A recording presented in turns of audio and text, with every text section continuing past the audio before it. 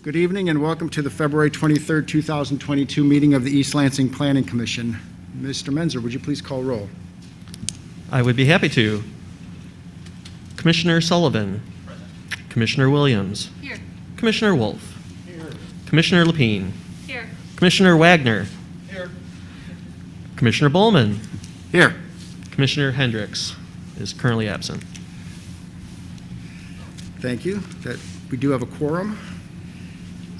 On to item 1.2, you have in front of you an agenda for this evening's meeting. I would entertain a motion, I would entertain a motion to approve the agenda. So moved. Second. It's been moved by Commissioner Williams and seconded by Commissioner Wolf. Is there any discussion on that motion? Seeing none, we'll call for a vote. All those in favor, please signify by saying aye. Aye. And those opposed? That motion carries. You also have in your packets the minutes of the December 8th, 2021 meeting of the Planning Commission. I would entertain a motion to approve those minutes. I'll move approval of the minutes from December. Support.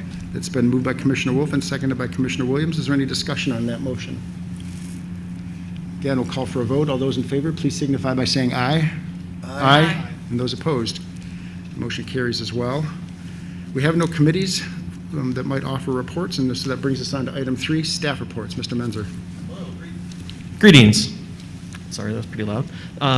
Great to see everyone in person again. The only really report I have at this point, typically I would go over cases that have been discussed at council or other items relevant to commission business. But for tonight, I guess I'll just make the general announcement that we are planning on being here at the Hannah Center for the foreseeable future, holding the meetings here and not migrating back to City Hall. Thank you. Any questions for Mr. Menzer? All right, thank you very much. On to item 4, commissioner announcements. Any commissioners have anything they wish to announce? We always come up blank on that one. That will move us on to item 5, communications from citizens. Written communications associated with our packet are of course included in the packet, and we received no additional written communication for this meeting. So this is the time in our meeting when we invite members of the public to come forward and make comments on items that are on our agenda or may not be on our agenda. We typically ask if you'd like to speak at the public hearing, which is the next item on our agenda regarding Ordinance 1509, 1415 East Michigan Avenue or 404 Michigan Avenue, that you hold your comments until that time. But if you're here to speak on any other issue, now would be the time we'd invite you to come forward.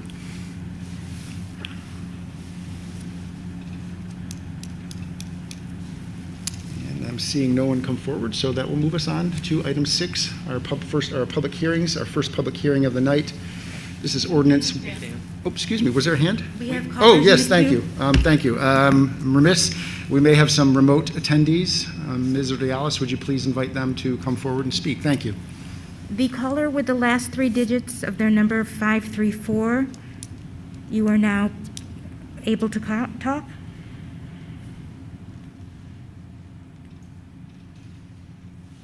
Hi, this is Ann Hill at 685 Buteo. I've got a couple topics tonight. The first one is the Northern Tier development. I'm curious, when you get to that agenda item later, perhaps you could let me know where the stormwater for those properties are going to go. For example, are they going to go south, which would take them down to the Red Cedar River, where we're already seeing some potential future risk, or would they be going north like it is in Hawk Nest right now, where 100% of our stormwater goes north down the Sanderson Drain and into Clinton County? If it is, in fact, in Clinton County that water would be flowing to, has the Clinton County Drain Commissioner been consulted? And are there any restrictions or limitations that we would need to take into account when considering that development? Secondly, my comment has to do with a general observation on town-gown relationship and East Lansing's development push.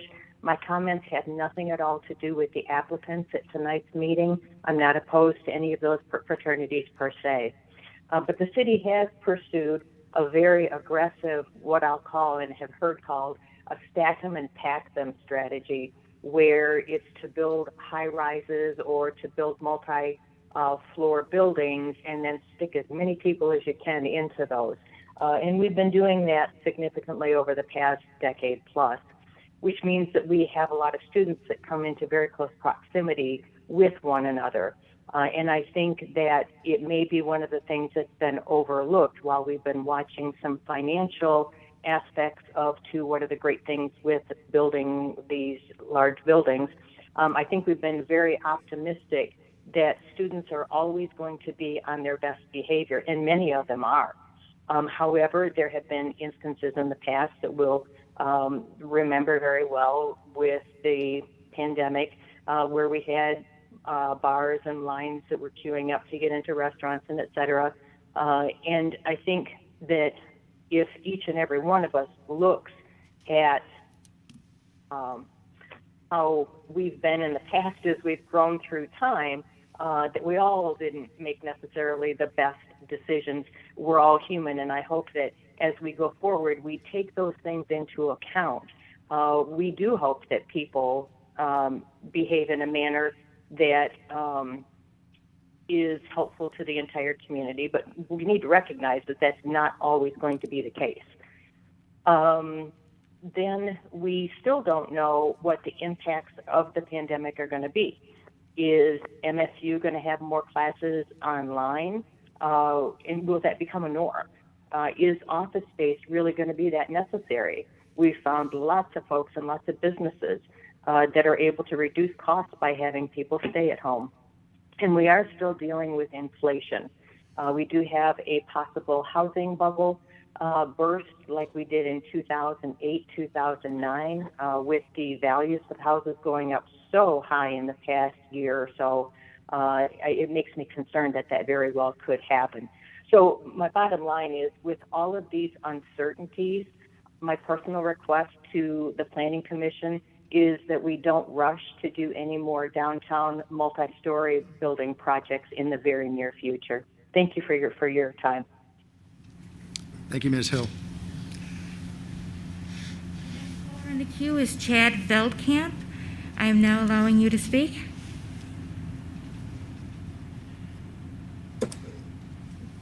Good evening. I'm here to be supportive of the Ascend Wellness Project at 1415 Michigan. I have no other comment until that, unless any other information is required of me at that time. Thank you. The next caller in the queue is Callie Rose. You're now unmuted and allowed to speak. Hello, I'm also here in support of Ascend Wellness, and if called upon, I will speak at that time. Thank you.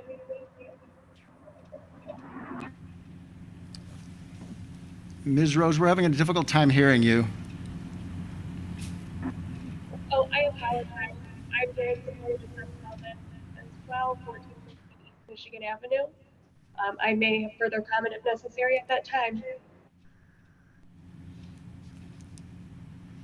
And the last caller in the queue is Paul Schultz. I'm now unmuting you and allowing you to speak. Thank you. I'm just here on behalf of the Kappa Sigma Fraternity. I think it comes up in old business on 532 Ann Street. Dan, that completes our callers in the queue. Thank you. And then with that, then we will move on to our public hearings. Our first public hearing of this evening is item 6.1. This is Ordinance 1509, an application to rezone 218 and 224 West Lake Lansing Road from B4 to B5. And I should note that Commissioner Hendricks has joined us right as we're beginning our public hearings. Ms. Schmidt or Mr. Menzer? Oh, please. Greetings, everyone. So, members of the Planning Commission, certainly you know me, but for those in the audience or those watching at home, my name's Peter Menzer. I'm the Planning and Zoning Administrator for the city. So tonight, our first public hearing is a request to rezone two properties on West Lake Lansing Road from B4 to B5. There is everything I'm talking about tonight for this public hearing and others can be found in the online meeting packet that's posted on the city website. So if you want to follow along at home or see some of the items that I will be referencing in the staff memo or maps or photos, you'll need to find it online. We just aren't set up real well to share on big screens and in front of the audience here. So it's just one of the challenges of the meetings and offering the remote option. So what I'm referencing is a staff memo in the meeting packet tonight. So this is a request from Sarah Knapp on behalf of the owner, 310 LLC, for this application to rezone 2 parcels, and it's 2 of 3 parcels owned by this applicant. If you'll think back to our October 27 meeting, 2021, there is a request to rezone 210 West Lake Lansing Road from RA to B4. And at that meeting, so the public hearing was held, and there was a discussion among the members of the commission about rezoning that property potentially to B5 instead, which matches the master plan designation. So at that time, after the public hearing, the discussion on that rezoning proposal was halted and tabled until a new application for the other 2 parcels, and these are currently zoned B4, came to the commission under an application to go from B4 to B5. The idea being that then at the meeting scheduled for March 9, that both requests would come back, this one that we're talking about tonight for action, as well as the other one for action, potentially all to B5. So I just wanted to kind of refresh your memory on that process, since it has been a while since we've gotten into this, and since we've met really in person. So these are the other 2 parcels of those 3. And in the staff memo, you'll see there's an area map on page 1 of the staff memo that just shows the context of where these are. They're 2 undeveloped parcels. They have 75 feet of frontage on West Lake Lansing Road, 225 feet deep. They are 0.6 acres in size. Sorry, I'm just struggling with my computer here. 1 second, sorry. They're 2 parcels, 0.36 acres total, or each of them are. And the request is to go, like I said, from B4, which is one of our it's called Restricted Office Business District, to B5, which is Community Retail Sales Business District. And in just a minute, I'll get into what are the primary differences between those districts. And it all boils down to the uses that are allowed in those zoning districts. So I won't go through everything here, but generally the rezoning process, applicant applies to our planning team. The public hearing is held tonight with the Planning Commission. There's also another public hearing at the City Council level. So this is not the first opportunity for public comment on this request. There will be 2 others. Planning Commission with rezoning requests makes a recommendation on the proposal, and then City Council has final decision-making authority. Future land use map for these 2 parcels is noted as, I'm sorry, I'm jumping around. So the future land use plan, in the 2018 master plan designates these 2 as well as the 3rd parcel as C1 commercial use. And C1 talks about having office and retail uses in 1 or 2-story buildings with heights of up to 35 feet. There is several factors or criteria that the Planning Commission needs to consider when making requests like this. What I've done in the staff memo is detailed those. So I will not go over those all today, but one of those is the future land use consideration, and then the uses that are allowed by right and by special use permit and for the 2 districts that they're considering. So there's a table on page 5, depending on which page you're looking at, but it's labeled as page 4 on the staff memo. It's page 5 in the PDF. That talks about the uses that are allowed. And the primary difference to me are the retail uses and the inclusion of restaurants, as well as hotels, motels. This site might not be large enough for something like that, but generally I think retail and restaurants are the primary difference between B4 and B5. And I will remind everyone that restaurants, especially those serving alcohol, require a special use permit to establish that. So some of the other criteria are impacts to adjacent properties. There's no development proposed right now. If at the end of this rezoning process, all 3 are zoned B5, there may be a development opportunity, but nothing has been identified as of yet. So the general character of the surrounding area is there are still some residences that face Westlake Lansing Road, but largely, specifically in this area, it's a commercial area. To the west, there are some of those homes that I referenced. However, here it's close to the intersection of Abbott and Westlake Lansing Road. It's primarily commercial businesses and offices.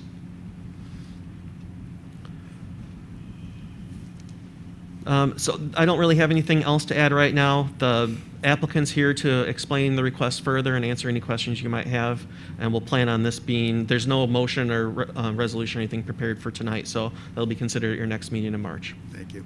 Questions for Mr. Menzer? All right, the applicant is here, I understand. If you have anything that you might like to add to Mr. Menzer's presentation, or if you're willing to take questions from the commission, if there are any, please come forward. Thanks. Sarah Knapp, resident of East Lansing and owner of 310 LLC. And if you recall the conversation that we had last October, and I think it is in there, currently those two parcels are not able to develop. There's not enough frontage. So this, after that discussion, we moved forward with this and thought this fit the long-term city plan the best. Does anybody have any questions for me? Any questions for Ms. Knapp? Thanks. If you would stick close, just in case someone come up. Whoop. No. Thank you. Thank you. Absolutely. As Mr. Menzer mentioned, this is a public hearing, so I'll take this opportunity to open the public hearing on this application and invite any members of the public to come forward and make a comment or offer questions on this application. I'm seeing no one come forward. And I believe that, do we have anybody else that's joined us, Ms. Ordialis? No, there's nobody And new they from wanted to before. speak on different items, so we'll not bother them again, and we'll close the public hearing and return the discussion to the commission. Any directions or questions for the applicant or for staff? Commissioner Wolf. Yes. I have one pretty serious concern about this rezoning, which I wasn't aware of at our meeting in October, and I think it can be corrected. My concern is that this may appear to be consistent with the master plan, but when you look into it, I don't think it really is.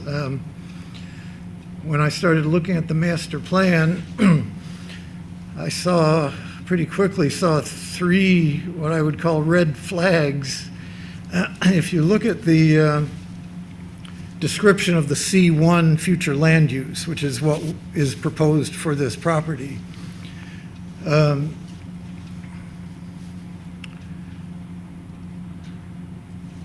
it has three statements in there saying that the C1 future land use, first one, it mentions that it allows for uses in 1 or 2-story buildings with heights up to 35 feet, not dissimilar to what exists in 2017. In other words, what we see along Lake Lansing right now. The second statement, the intent of this use category is to provide for low-profile suburban-style office and retail uses. Again, describing the 1 and 2-story buildings we have there. It does go on to say that this is most analogous to the B5, our current zoning, which is what we've already discussed here. However, it follows that by saying where the C1 differs drastically, it uses the word drastically, from B5, is that B5 allows a building height of 4 stories and up to 6 stories with a special use permit. So if we were to rezone this to B5 with the justification we have been using already that it is the most analogous one, we could wind up with a 4 or 6-story building there on an isolated property along Lake Lansing Road. It would be completely out of place. It would be inconsistent with the future land use. However, I think what we can do about that, The advantage of rezoning this to B5 is that it would be consistent with the C1 in its uses. And what we've been doing in the city with our zoning recently is trying to make our uses less restrictive. So I think we all support the idea that this property would be better served if it did allow the retail and the restaurant and so forth that are permitted in B5. The solution would be a conditional rezoning. What would be needed would be for the applicant to volunteer to change this to the rezoning request to rezone it as B5, but apply the dimensional standards of B4. In other words, the height, the coverage percentages, and the setbacks. So the applicant would get what they were applying for in October in terms of the actual physical, what could be built physically on the property, but would also get the additional uses allowed in B5. So it's a win for the applicant, and it would also be a much better approximation of the C1 future land use that we have in the master plan. Discussion? Any questions or comments on Commissioner Wolf's comments? If you'd like, Ms. Knapp, please come forward. Absolutely. That does sound fine to me. Our intention is to be able to develop the property. At this point, as you know, we've lost 2 sales of the property because of the current restriction. So I think that sounds reasonable. It does sound reasonable to me. I assume you have talked to some developers about possible developments, and did any of them go beyond 2 stories? No, neither one of these, the two, we weren't able to do anything at this point in time. So neither one of them were going to be bigger than 2 stories to this point, and we have not talked with anybody for future development just because we spent a lot of time and money talking to developers at this point in time and wanted to get this part done. So there is no intention of doing anything at this time, and I think that would be a fine agreement. I would also add, if you look at our current zoning maps and look at where our current B5 locations are, they are, I can think of only one example that abuts a residential property. And I didn't mention that earlier, but this property does on its north side, it is adjacent to the Arbor Glen apartments. So that would be another reason that we might want to stay away from B5. We have many B4 properties that are adjacent to residential locations. And that's one of the differences is the setbacks. On B4, the setbacks are slightly larger. Going to B5 would not only allow taller buildings, it would also allow them to occupy more of the site, and they could be built closer, closer to the Arbor Glen apartments on the north side. There is water that separates that, so Right. we would be away from that, so that would not be an issue. Oh, you're saying it's not buildable all the No, way back? definitely not. Yeah. So that is not a concern. And in fact, in that regard, I think it would be better to be closer to the road at that time. But so I think that the height is a reasonable. And the B4 and the B5, if I remember right, both have the same front setbacks. So it would not force your buildings any farther back from the road. Whichever But the zoning it sides was, are. they would both be 50 feet, I believe. We can. That sounds like something that you'll work with staff on prior to our March 9th meeting then. Okay, Yep. that if there's an opportunity to do that, that would be. Mr. Menzer, is that We certainly can talk about that. I guess the one thing I would caution is that that would mean that this conditional rezoning is in a separate division within the zoning ordinance. So, and we've treated other requests like this that renotice it and hold another public hearing if conditions are added. So we have been working at this since, I think, August. Sure. Yeah. All right, I'll say that's an unfortunate side effect. I was thinking that because it would still be a rezoning to B4, that it could be handled under the same application. You're sure that it really? Well, we had another case like this last year. It wasn't with a rezone. It was actually the property out on West Road, I believe, that they added a condition and we made them go back through. It is a separate thing, and it says here that the conditions have to be, the written offer has to be made prior to the planning commission public hearing. So read literally, I would take that as we start over with the new application with conditions, and then the people, the surrounding property owners would know of the condition heading into the public hearing. Well, then it sounds to me like the potential, if it's a danger, then it's that there's a potential that without conditional zoning, that this lot might be built higher than might have been envisioned when the comprehensive plan was completed. That if it's rezoned to the C1 zone, which is what the comprehensive plan suggests, that somehow places it outside what was envisioned in terms of what would be built on that C1 zone. So there's basically the dangers that it might be built higher than, you read more of a description of what was going to be built in C1 as opposed to, Right. Because of what's permitted in C1 is, was it 4 to 6 stories? Yes.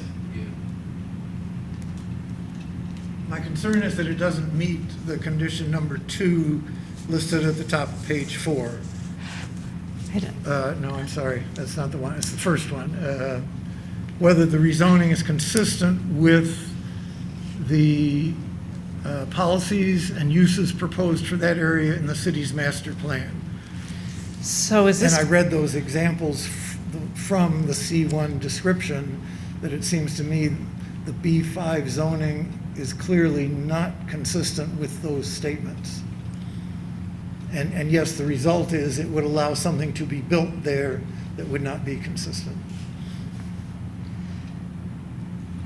This is not a large piece of property. Understood. I don't think we can get that size of building. We would have to have a permit to build, to get started. So I don't see how that can, we have the piece of land that we're speaking of here, doesn't have the capacity for that large of a. You're saying that it might be constrained by, say, required size of the parking structure, or the parking lot, if it's built to its full capacity. Commissioner Sullivan? Yes, yeah. Sorry. Yeah, Commissioner Sullivan? Yeah, so if I'm not mistaken, in reading this table, it says a special use permit is required to build up to 6 stories from 4, and that the parcel has to be a minimum of 4 acres in size. I don't believe this is 4 acres in size anyways. And then my recollection, based on the October meeting, is this applicant essentially retooled this entire application from B4 to B5 upon this commission's advice, and I think at this stage, I'm in favor of just proceeding with B5 because I think that that's an appropriate use for the land. Thank you. Thank you. Because ultimately, that's what we'll see in March, that if that's your decision, that's ultimately Yes. explained to you both tonight and ultimately by staff, and we'll see it in a couple of weeks then. Okay. Any other comments for the applicant or questions amongst the commission? All right, thank you, Ms. Knapp. Thank you. We'll see you in a couple of weeks. Okay, thank you.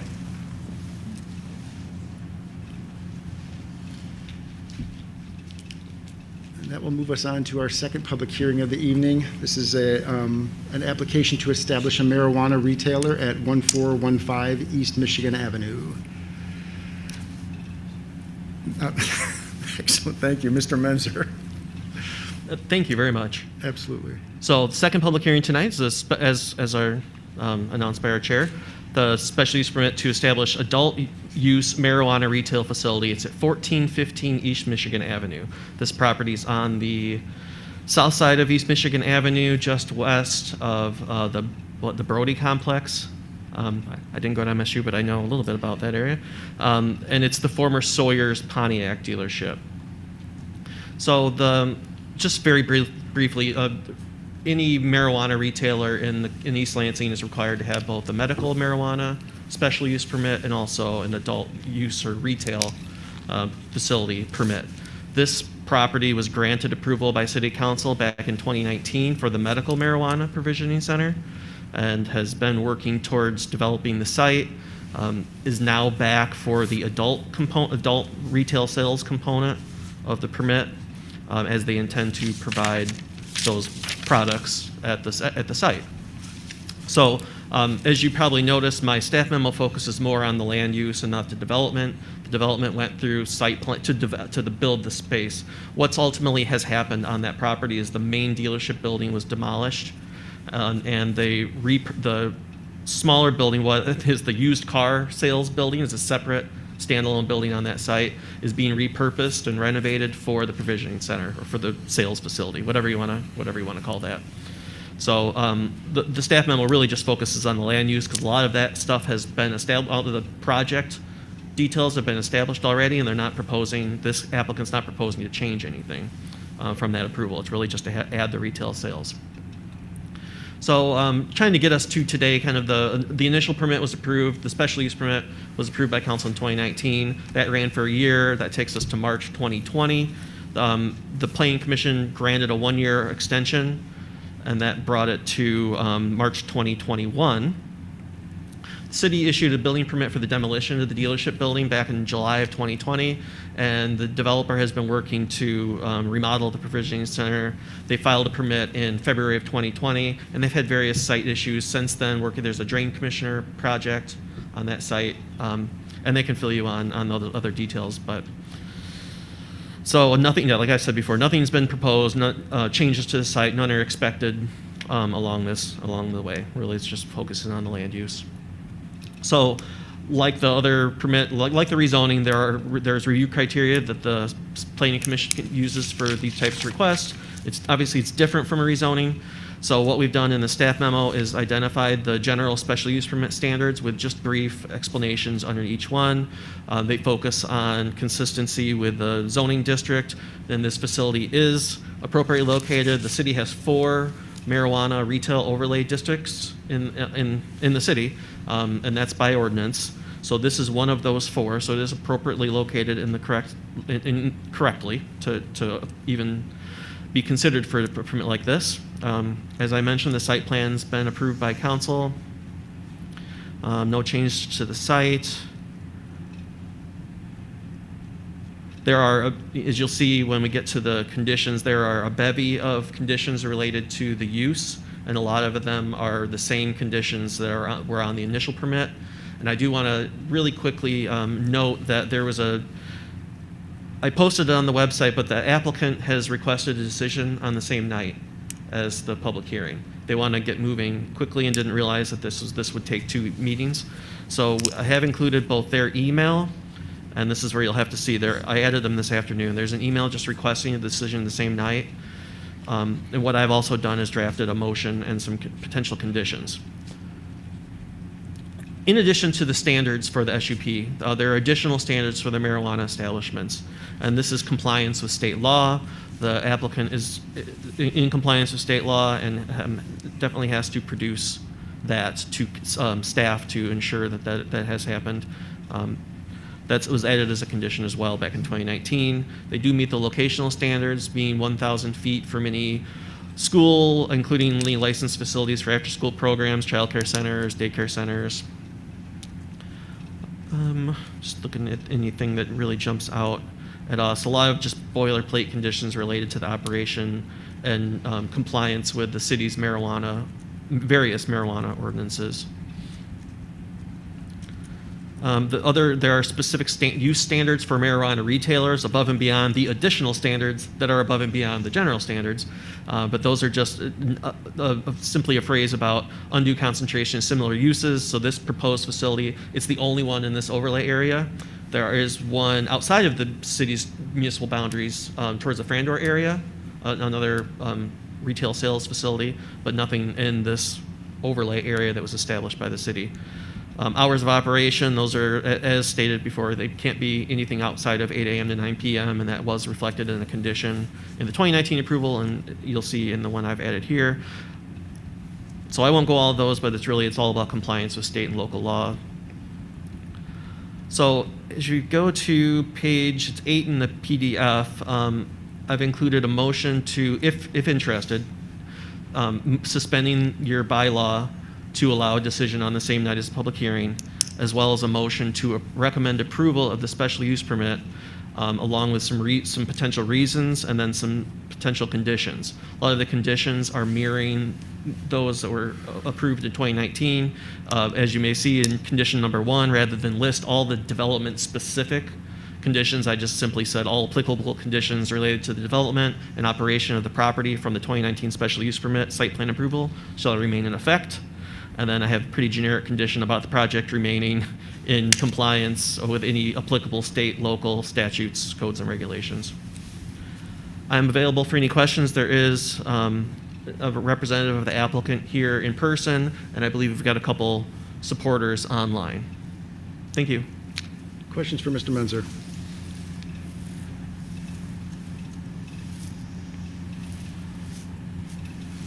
Okay, thank you. If the applicant is available to take questions, or if you'd like to add anything to Mr. Menzer's presentation, and I understand you have a couple of associates that are joining us remotely, we'll ask them for their input if... Yeah. Hello, my name is Lucas Hoflicker. I am here on behalf of the applicant, FPAW Michigan, DBA Ascend. I'm here to answer any questions the board may have, as well as Chad and Callie who have dialed in. I'm going to have to ask you to repeat your last name and probably spell it for the record. Lucas Hoflicker, Hofflicker.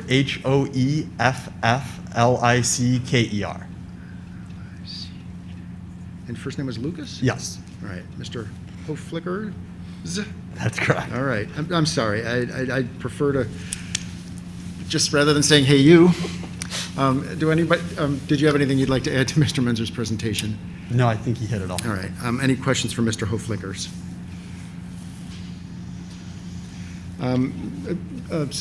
Commissioner Williams. Do you have any information you can share about the required charitable contribution to the city? Any plans? Any thoughts on that?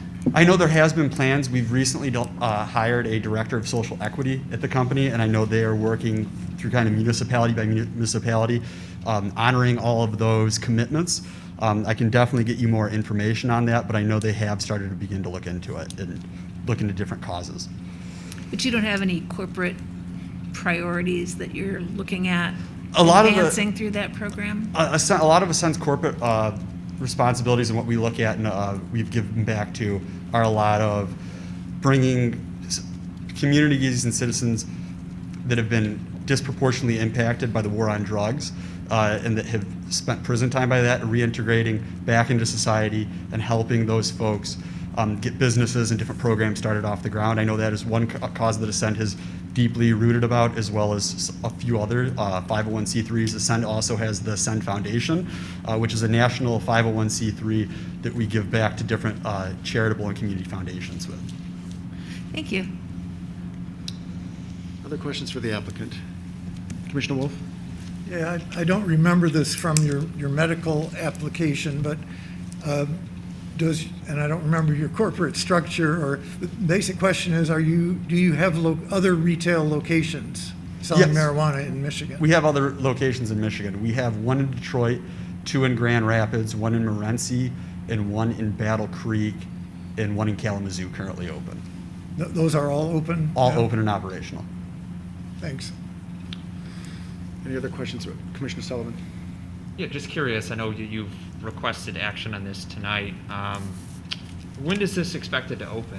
What's the timeline for that? So part of the reasoning behind that was we're very close to opening. I believe in the next 2 to 3 weeks, we're going to do our final punch list walkthroughs and then request a state the state inspection. our hope was that we could request the adult use as well as the medical inspection at the same time, or else the medical inspection would occur and then 2 or 3 weeks following them, they would come back out to do a following inspection for adult use when nothing would substantively have changed at the property besides the product being sold within the facility. Other questions for the applicant? All right, Ms. Ordialis, could we invite the Mr. Weldkamp and Ms. Rose to see if they've had anything? Were they here as are they your Representatives on associates? behalf of Okay. Ascent. Chad works on the construction side of the team, and Callie works on our compliance department.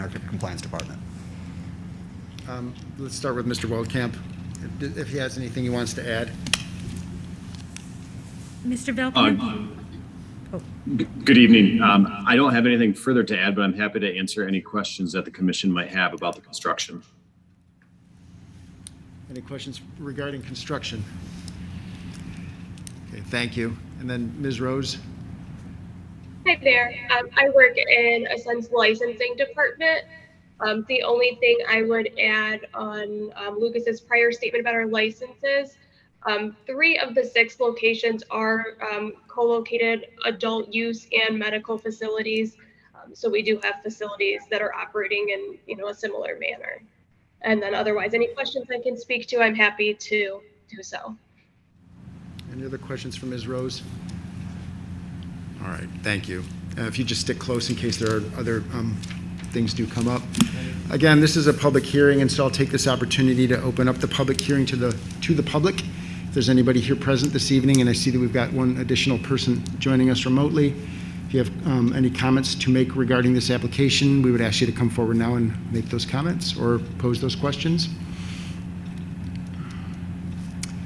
I'm seeing no one come forward. I see a number that I didn't see before. Ms. Urdialis, if you could ask them if they'd like to join us.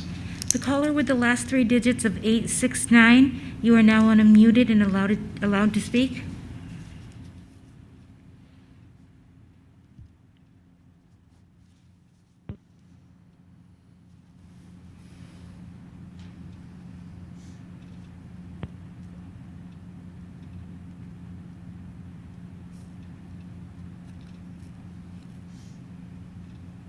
I'd like to speak on a different topic, so I'll pass at this time.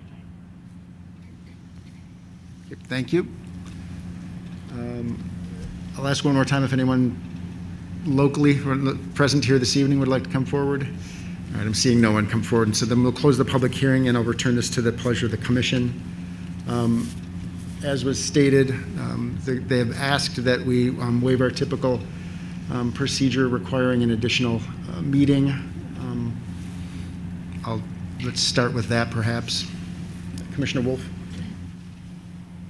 I will move that we suspend our bylaw 4C to make a recommendation on this item tonight. Support. That's been moved by Commissioner Wolf and seconded by Commissioner Williams to suspend our procedure, and specifically regarding bylaw 4C, and act on this item this evening. Is there any discussion on that motion? All right, then let's have we'll have a voice vote on that. All those in favor of the motion, please signify by saying aye. Aye. And those opposed? All right, that motion carries. Commissioner Wolf, thank you. I will move that we recommend approval of the special use permit request from, something's missing in here. The applicant's name is not, well, I guess we don't need that. The special use permit request to establish an adult use marijuana retail facility at 1415 East Michigan Avenue for the reasons listed in the staff report that basically say that it meets all of the applicable requirements for that use at that location.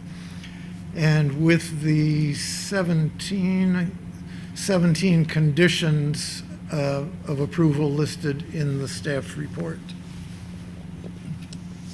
Thank you. That's been moved by Commissioner Wolf and seconded by Commissioner Williams. Is there discussion on that motion? Seeing, Commissioner Wolf?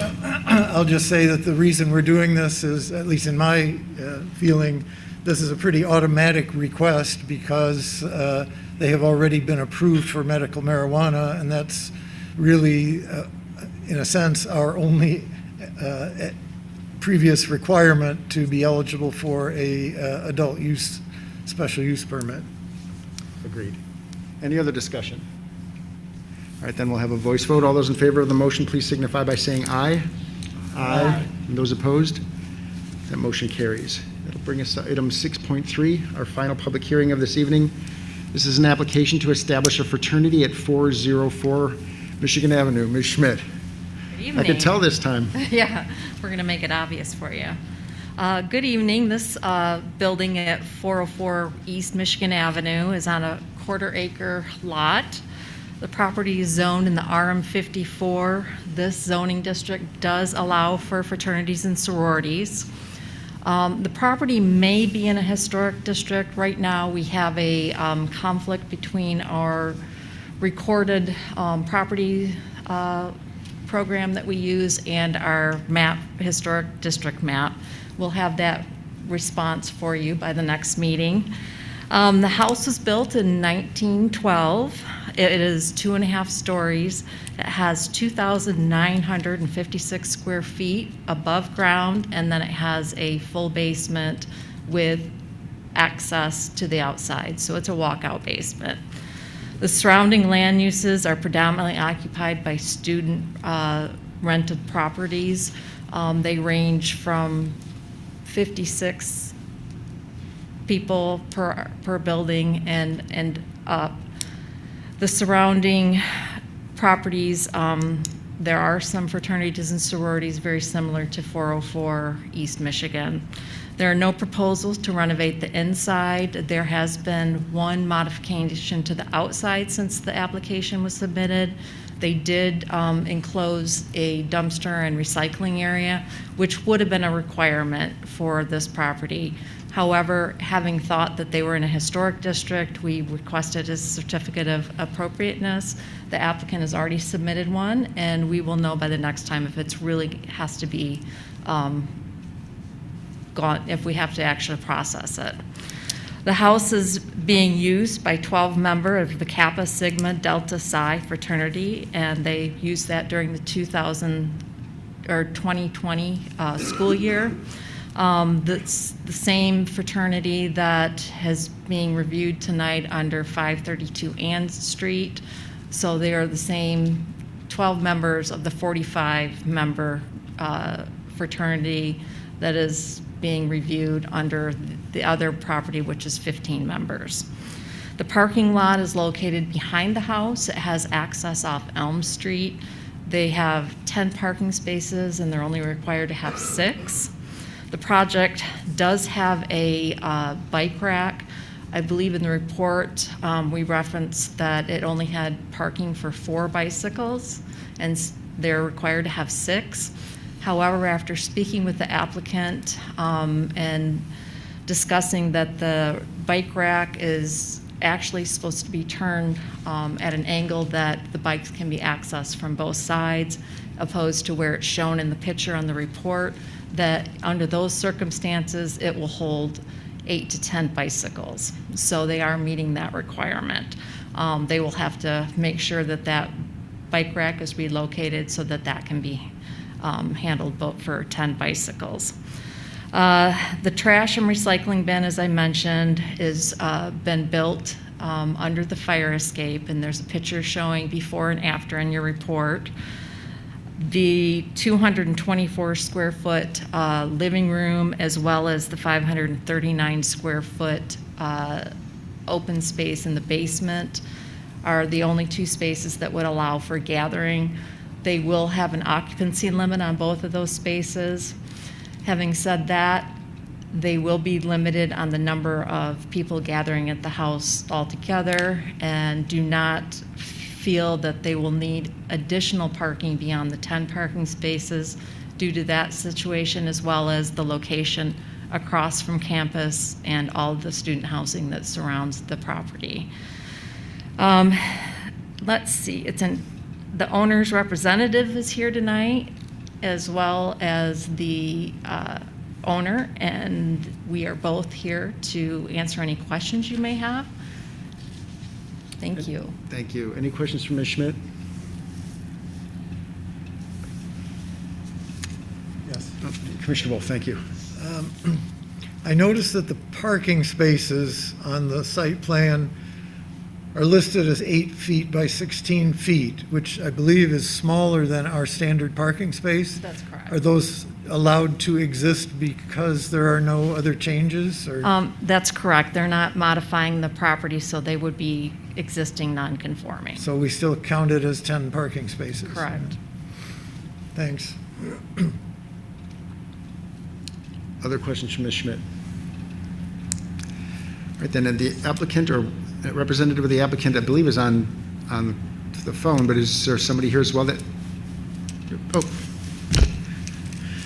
Mr. Reader, you're all sorts of, see, I thought you were here for the, you presumably are for the Grand River property as well. Oh, yeah, but- I'm all over the place. All right, great. So, Just, evening, Tom welcome. Reeder with Bergman Associates. I'm an architect. I have Wayne Heiner from CRMC here with me as well.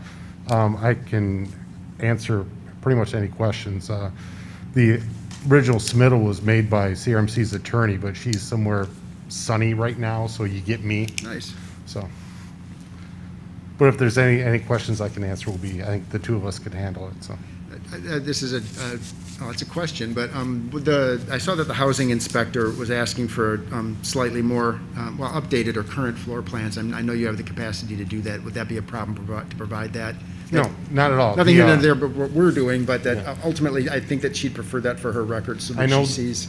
I know there's some history in your packet. Actually, the plans that are on CRMC logo are the most accurate. Those Okay. are probably 90% there. Sure. If you'd like it updated, obviously we can provide that. Yeah, I don't know that it's necessarily so much for our use, but for, I think that the housing staff likes to know. It seemed to me that there was some question as to whether or not this was actually an apartment building, Class A building as opposed to a Class B building. And ultimately, it sounds like that's why you're here this evening, or ultimately what the housing staff is trying to sort through. I just ask that you continue, sort of based on her recommendation, provide updated documents so that they know what the layout looks like. Whatever they need. Yeah, there we go. Thank you. Other questions for the applicant? Commissioner Lapine? Yep. It's actually just a question for Ms. Schmidt, actually. So just so that I'm clear, there are potentially a max of 12 individuals living in the proposed space. There are a max of 10 parking spots, and a few of those are smaller than what we currently require. That's correct. Okay. Thank you. Commissioner Wolf? Yeah, a question for Ms. Schmidt. In regards to the rental license class and numbers and so forth, that, do I understand that when the housing department gets more information from the owner, that they may be changing the license? Is that correct? That it sounded as though that some of the details of the license might be incorrect. That is possible. However, regardless if this is a co-op or fraternity style license, or if it's a similar license to 128 Collingwood, the process going forward for a fraternity special use would be the same. Right, but what I was hoping that this means that they're going to get it straightened out and Absolutely. actually give it the correct Yes. rental license for the building. No? Yes, absolutely, and that's what we try to do, and that's why we have these applications go through the housing department as well, so that we can correct any discrepancies that we have in our system. All right, thanks. Any remaining questions for the applicant or for Ms. Schmidt? All right, once again, we are, excuse me. Of course, absolutely. Commissioner Wagner? So there was no changes proposed made to the interior of this house, is that correct? That's correct. Because I noticed that Annette in her letter wrote that there's no common area, meeting area right now, so that's what they're proposing, right? No. The basement area is a common area now. That's not used currently for living or for sleeping space. It's a common area, and the living room would be a common area. So for the purpose of having a fraternity, those two areas would be the areas that would be the capacity or occupancy would be set for as part of a condition of approval, and then they would be held to those occupancies. Okay. Although Annette does say here that we're not showing any record of egress windows for the basement, and they may need to be considered when discussing the common area noted in the basement. So to further clarify, that space can and cannot be used as far as recreation for meeting use. Yes, this has been viewed by the building official, and there is access. There's a door that's directly, I think I took a picture of that for the report, but there is a door that goes directly out to the parking area from that common space. And then there's also the stairs going up to the first floor, go directly up to the door on the deck. Okay, thank you. So there's actually two ways to get out of the basement. Any other questions for Ms. Schmidt or the applicant? All right, I believe that there was one of our callers wanted to speak on this, and I don't know if they were a part of the applicants. Okay, so then I'll take this opportunity then to open up the public hearing for the 404 Michigan Avenue application. Is there anybody present this evening that would like to raise questions or make comments on this application? Okay, Ms. Realis, if you would call Mr. Schultz forward, and then perhaps there are other callers as well. Mr. Schultz, you are unmuted and allowed to speak. Yeah, thank you. I had no comments on the 404 application, but I'm here to answer any questions on 532 Ann Street, if there are any. Okay, thank you. We'll get back with you momentarily, I think. And then the other caller, please. The caller with the last three digits of 869, you are unmuted and allowed to speak.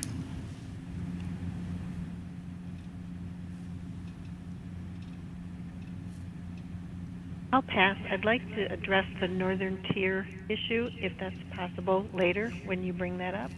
Okay, thank you. So then with that, we'll close our public hearing, and we'll see this at a later date. Yes. All right, thank you. That concludes our public hearings for this evening. That moves us on to old business. Excuse me. Here we go.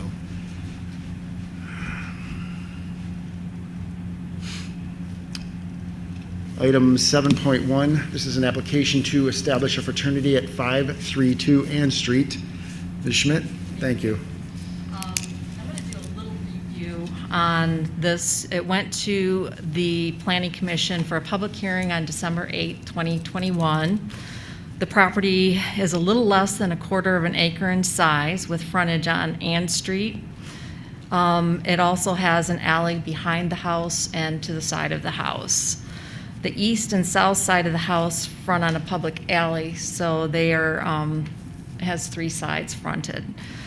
The property is zoned in the RM32 multiple family, which allows fraternities and sororities. The structure is 2.5 stories with 2,724 square feet. The house was built in 1926. The surrounding land uses are predominantly houses that are rented by students. There are no proposed renovations for the interior of the house at this time. The house is proposed to have an official chapter house for the Kappa Sigma Delta Psi and has occupancy for 15 persons. The chapter currently includes just over 45 people. The parking is proposed to be restriped to include at least 9 parking spaces. They are reworking it a little bit here and there, and may have up to 11 parking spaces, but at a minimum they will have 9. They're only required to have 8 spaces for the occupancy and the use that they're proposing. There's proposed bike storage for 10 bicycles. There's also a proposed screen enclosure for the recycling and trash bins. These bins are picked up by the City of East Lansing's trash service. The living room is 230 square feet and is only able to accommodate small gatherings. This fraternity is looking for additional space for any events that they'll have in the future on campus, and they have not found that to date.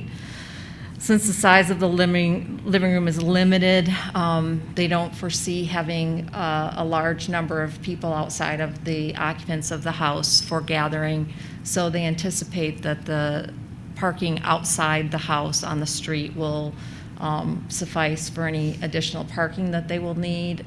Otherwise, they do have, we're in close proximity to the house, they do have parking within the municipal parking system. On the evening of the public hearing, the Planning Commission did request some additional information.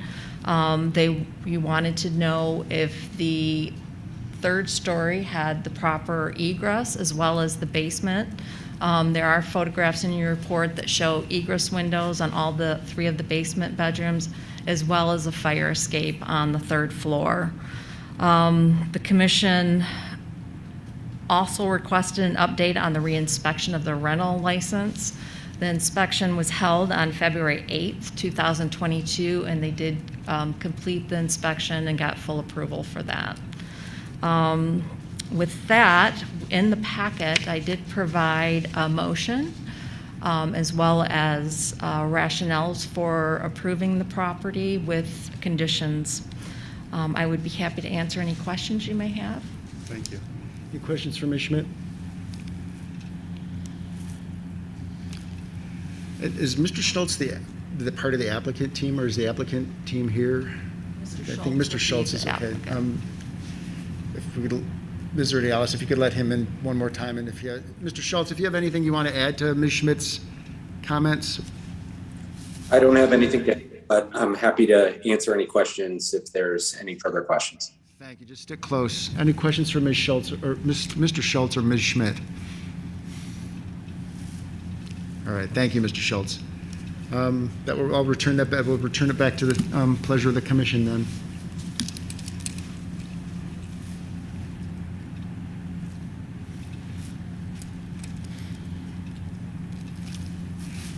Commissioner Wolf, thank you.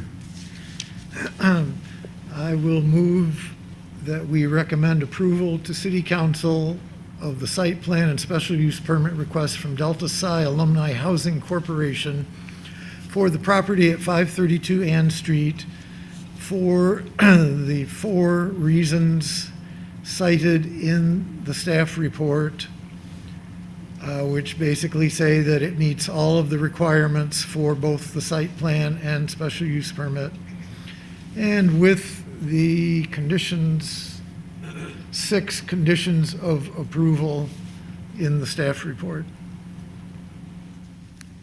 There's a motion. Is there a second? Second. That's been seconded by Commissioner Hendricks to recommend approval to the City Council of the establishment of a fraternity at 532 Ann Street. Is there any discussion on that motion?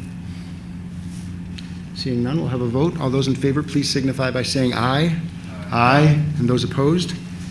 That motion carries. Bringing us on to our final item of old business this evening. This is an application to the establishment of a fraternity at 251 West Grand River Avenue. Ms. Schmidt. Absolutely. This application held its public hearing on December 8th, 2021 as well. The property is about half an acre in size and has frontage on Grand River Avenue, Delta Street, and College Street. It's located in the B1 General Business District, which allows fraternities and sororities with a special use permit approval. The surrounding land uses are predominantly student rental houses, again with some as large as 56 or more and some as small as 12 occupants.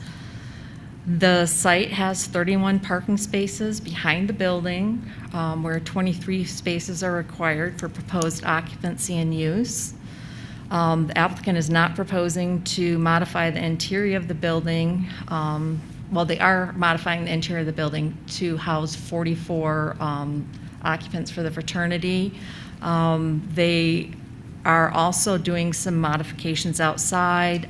For instance, the trash enclosure that is located on College Street does not currently meet the requirements of the trash enclosures, and it would not also fit a recycling bin. And the proposed enclosure that they have provided in the packet will both meet the requirements of the city for trash enclosures as well as hold the recycling bin.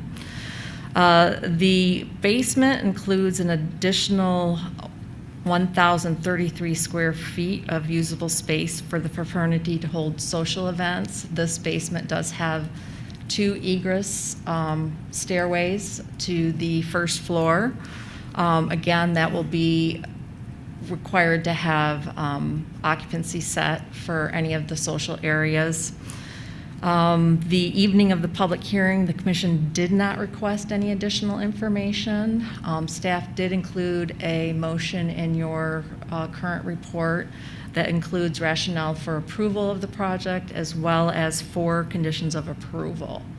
And I would be happy to answer any questions you may have. Thank you. Questions for Ms. Schmidt, and the applicant is here as well.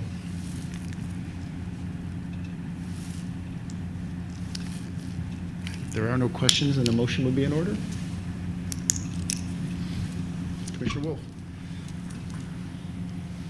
I'll move that we recommend approval to City Council of the site plan and special use permit request from JJ Investment Properties LLC to establish a fraternity in an existing structure at 251 West Grand River Avenue for the reasons listed in the staff report showing that the application meets all of the requirements of the city and subject to the 4 conditions listed in the staff report. Okay, there's a motion. Is there a second? Commissioner Hendricks. It's been moved by Commissioner Wolf and seconded by Commissioner Hendricks to recommend the establishment of a fraternity at 251 West Grand River Avenue to City Council. Is there any discussion on that motion? All right, then let's have a vote. All those in favor, please signify by saying aye. Aye. And those opposed? That motion carries. Thank you. That'll move us on to our new business items this evening. The first being the election of officers. Mr. Menzer, welcome back. Thank you. Sorry for my delays here. Okay, there's a memo in your meeting packet for election of officers. Hopefully I haven't gone too far away from any traditions that you already have. I'm not familiar with anything outside of the ordinance, so please do let me know if that's incorrect. But generally, this memo just talks about the Planning Commission officers include a chairperson and a vice chairperson. Basically, the chairperson is anyone is observed this evening, presides over the meetings, runs the communications from the audience, or I guess in this case also digital. But it's the responsibilities include calling special meetings, canceling or rescheduling meetings, signing the minutes, establishing committees, appointing members to those committees, and generally representing the Planning Commission and other boards and commissions and City Council. Vice chairperson does all those things when the chairperson is not available or otherwise assigned. So the current chairperson is in the middle of the room right now, Daniel Bolman. Kathy Boyle had served as vice chairperson until she resigned in late 2021. So really what we're looking for tonight are requests for nominations for both of those officer positions. The bylaws do not limit terms for officers. So you run one-year terms, but unlimited one-year terms. So anyone's fair game, I guess, for nominations. I'll do what I can to help facilitate, but follow whatever you would normally do. I think typically someone would make a motion and a nomination of someone, and then you'd vote on that at the end. It says that, for what it's worth, we would typically have handled this at the top of the meeting, but that's about the only change that you've made from the way Mr. I was told that earlier, which yeah. is fine. Sorry about that. I have no argument with that, but that Next being year. the case, it looks like you're directing me as the current chairperson to request nominations from the floor for, I'll start with the chair of the East Lansing Planning Commission for the 2022 year. Commissioner Williams.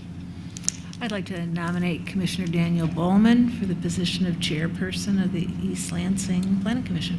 Thank you. And by way of a second, I will accept that nomination. Second.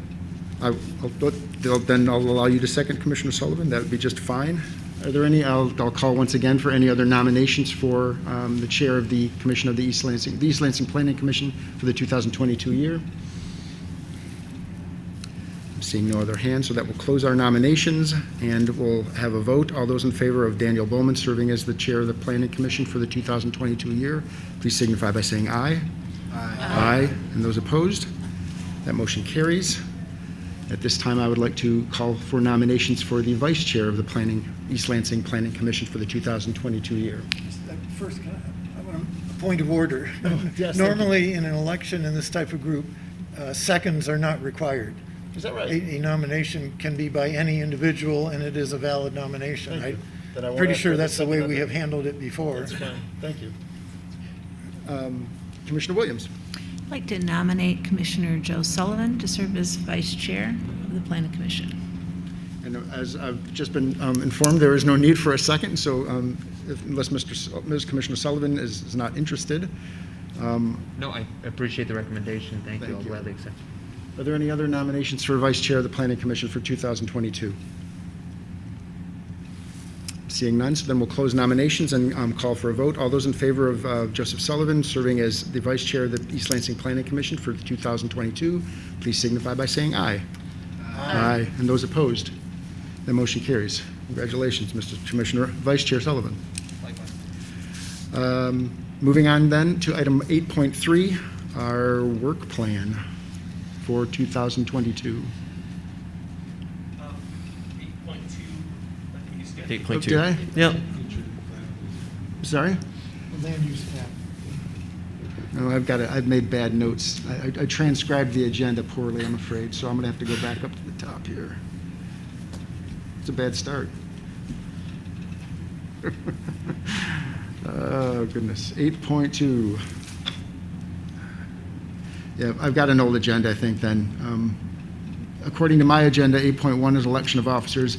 8.2 is also election of officers, and 8.3 is the Planning Commission work plan. Yeah, we recognized that error and made the change Yeah, this see, I afternoon, always so- download it. Sorry. Like as soon as I get it from Mr. Realis, I Yeah. download it and save it. So, at any rate, So the second item that we have at 8.2 is identifies future land use map dash northern tier area review. I see, and I've got that as 8.4. Yep, all right. Well, sorry about that. I didn't mean to confuse No anybody. worries. So let's do it in the order that you want to. Okay. This just seemed like more of the logical order. I wanted to have kind of the specific discussion first and then get into the work plan. So in your meeting packets, you'll see a memo from me, really kind of just trying to summarize the conversation that happened at the February 15, 2022 City Council meeting. So the topic of that, one of the topics of that meeting was the kind of the future of the 26-acre property that the city owns at the corner of West Road and Coleman Road. So there's a 26-acre parcel at the southwest corner of West and Coleman, and recently Coleman was extended along the north side of that property. And the questions really before council were, so the city owns the property. They bought it a few years ago and own the property and really kind of control the future use of the property. So that whole area in the master plan is identified as, sorry, I've got some items I wanted to have up here. Actually, I don't even need to get into that before, right? But really it's identified as a location for offices, and I think the vision was for some corporate campuses and larger office developments, much like the MSU headquarters that has developed in that area. Now that consists of two large complex areas, and there's a couple other land uses in that area that we'll detail in a future meeting. Really, I was envisioning tonight as kind of the kickoff to a much longer discussion about that. So, as part of this discussion of the future of the area, it was we talked about that having the ability to control that property, and what does that mean? What is the best future use for that property? So strictly following the master plan, like I said, we'd be looking for corporate offices, headquarters. However, that we're now almost 5 years following the future land use map and master plan establishment. Certainly there are some things in life and business that have changed, and I heard a couple people mention them earlier. Actually, I think it was our caller earlier about the northern tier and how kind of what the potential incongruencies of the future land use map designation with the goals of that are established in this near-term action plan that was the fruit of the housing study that was completed over the last year, along with the limited land area in the city, and then the future of employment in a post-COVID world. So will there always be the need for, and this is a rhetorical question, about the future land use map, the future of employment-centered land uses. And is this area going to develop in the way that was envisioned under the master plan? So what I'm hoping to do tonight is start a multiple meeting discussion about that area. And really, to me, this all blends ultimately into the master plan update, which a large component of which is the future land use map. We being the Planning Commission, talked about this topic very briefly in a meeting before the new year. And some of the initial feedback was that we just recently looked at this area, and what do we want to change? And I guess I'd like to somewhat turn that around and really try to examine the northern tier and what that means. Well, certainly what that means. Where is the northern tier? What does that mean to people in this room and maybe other people in the community? And what's the vision for the area? Just as a kind of a microcosm of this discussion, and I think the city's property is a really good example of this. The city's been approached by a couple different multiple family developers that want to see the development of that property. It includes at least some sort of residential. I included some diagrams, and this kind of speaks to the caller from earlier.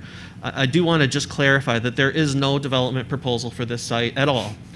And what I'm sharing here you'll see as an attachment to the staff memo were some conceptual renderings, really to try to get the discussion moving between at the city council level about what could be on the property in the future. Not necessarily what is the master plan or what does current zoning call for, but what could it be in the future.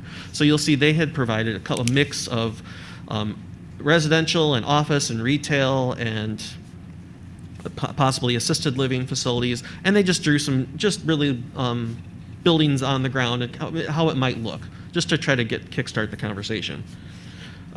So there is certainly no level of detail that's been identified there. There's a question about stormwater. That's I can't emphasize enough that the proposals in this plan are not anything that are being considered right now. It's really just a tool to help visualize what could be there in the future. And in my mind, and I think in some of our staff and other people that I've talked to, the future of the area, we have this tremendous opportunity with the city-owned parcel, but that really could influence how the rest of the northern tier develops and what kind of standards we want to see in the rest of the area. So what I'm hoping to do tonight is really kind of narrow the scope of how these future discussions might go.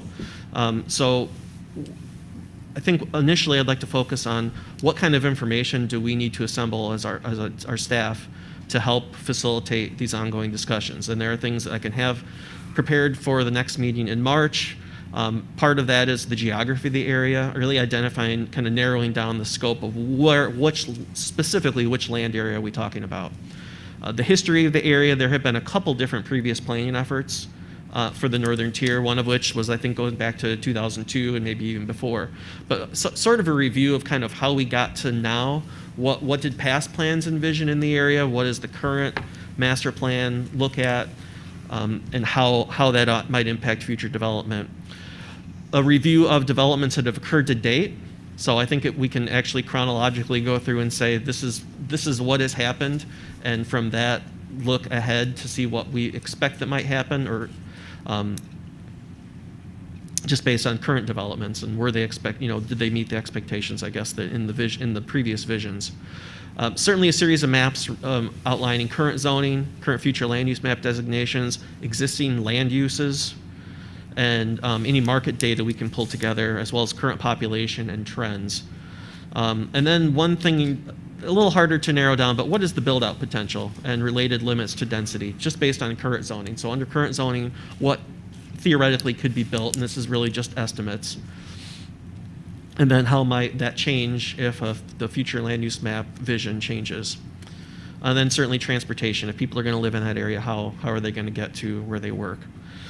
So I'm not intending at any point during this discussion to really, certainly at the staff level, dictate any kind of policy that we're expecting moving forward. I'm really just trying to open the door on a conversation to create a vision here. I think what came out of the housing action plan is that there are people that want to live in East Lansing, and they don't necessarily have the opportunities or even the specific style of development to live in.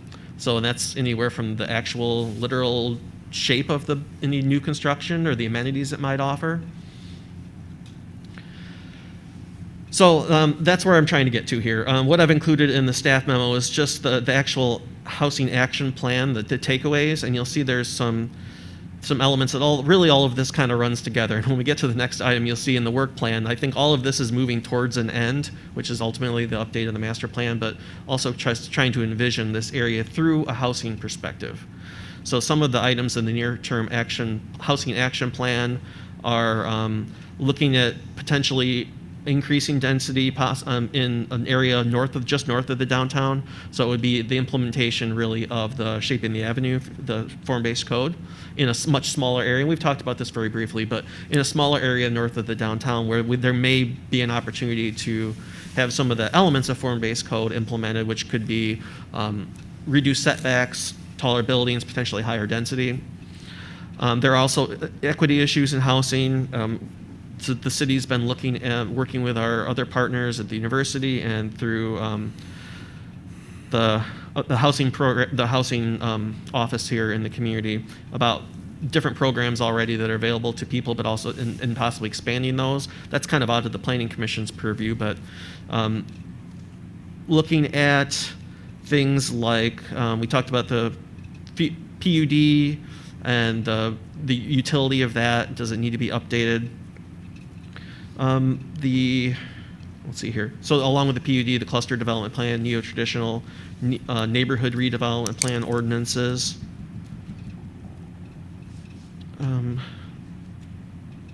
Accessory dwelling units was discussed as a potential aspect of this, as well as other housing programs. So I think what I'm just trying to do here is paint the picture that there are a lot of these are interconnected, and we want to try to re-envision this area, potentially, at least revisit the discussions and see that, if we have these, if there's a possibility to address some of the needs that are identified in our housing action plan in the market and in the housing study in future developments that may be located in the northern tier. It seems like you're asking to my way of thinking, at least two different questions. One, what do we think of the schematic as they are, the documents that are put in front of us? Right, in terms of using this piece of land that's going to be made available for sale.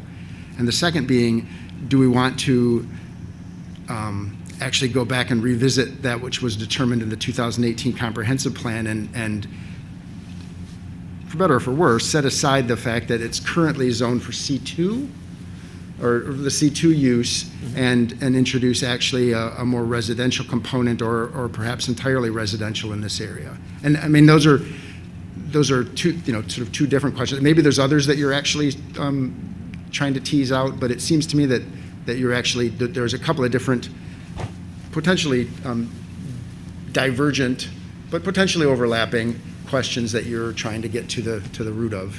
Yeah, that's correct. And it was, I think, I'm not sure that council was necessarily challenging the Planning Commission to vet the proposal. And again, what MKSK put together are not proposals for the site, just visions. Yes. So not so much vetting that, but specifically the mayor said that we need to think big about this site, and then I'm extrapolating that to include possibly the obviously the rest of the city, but specifically in this context, the northern tier area. So where would you like to start? Well, I wasn't planning on really getting into it tonight. I know we Oh, had all right. several public hearings and a couple other items.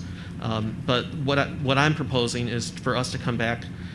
Well, what I'm hoping the discussion tonight will yield is, are we in general agreement with the types of information that you'd like to see? Is there anything else that you think would help inform future discussions? And our team can begin pulling those together. I've listed just kind of the basics here, but what I'm really hoping on the March 9 meeting is to make this a feature of the meeting and get in depth about the map and the properties that are there and what kind of the vision for the area is. I'm planning on following up tomorrow with an email that may bullet point some of these items to kind of get your brains moving, so that when you come to the meeting, you'll have either some questions for me or some kind of perspectives to share with the rest of the group.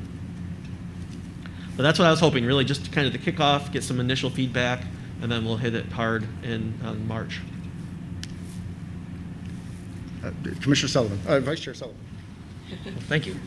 So just a few initial reactions and just a few things to think about. I don't necessarily think we need to get into a discussion tonight, but first off, thanks for bringing this to us and being open to having this discussion.